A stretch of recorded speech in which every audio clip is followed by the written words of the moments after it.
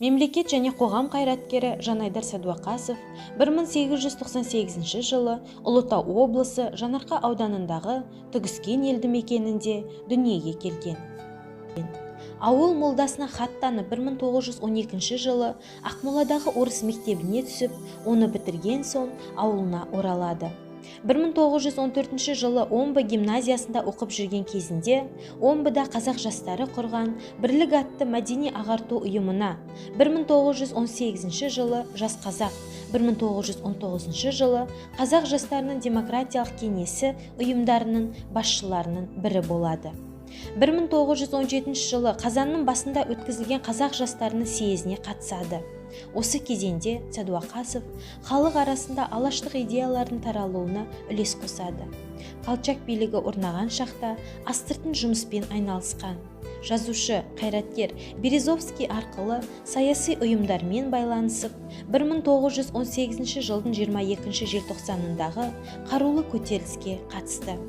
1920 жылдан бастап халық ағарту, атқару комитеттері жұмыстарына араласады. 1920-24 жылдары Қазақ АКСР орталық атқару комитетінің жауапты хатшысы, орталық атқару комитеті жанындағы іс қағаздарын қазақ тіліне көшіру жөніндегі орталық комиссияның төрағасы қызметтерін атқарады. Адай уездік ревкомы төрағасы қызметіне жіберіледі. Қазақ АКСР қаржы комиссарының орынбасары, Сырдария губерниялық аткомының төрағасы болып істеді. Әділет халық комиссары әрі республика прокуроры болып тағайындалды. Жанайдар Сәдуақасов Қазақ өлкелік комитетінде мәдениет және насихат бөлімінің меңгерушісі болып қызмет атқарады.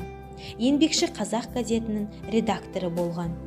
1937 жылы Алматы облыстық комитеті мен Алматы қалалық комитетінің бірінші хатшысы болып сайланып, сол қызметінде 1937 жылдың қыркүйегінде тұтқындалғанға дейін қызмет атқарады. 1938 жылы 25 ақпанда атылған.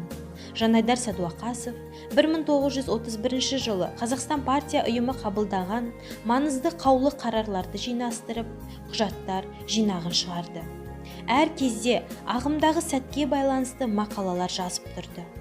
Сәдуақасовтың өмір жолының патша өкіметі құлағаннан кейінгі алғашқы кезеңі Сәкен Сейфуллиннің «Тар жол тайғақ кешу» тарихи романында суреттелген.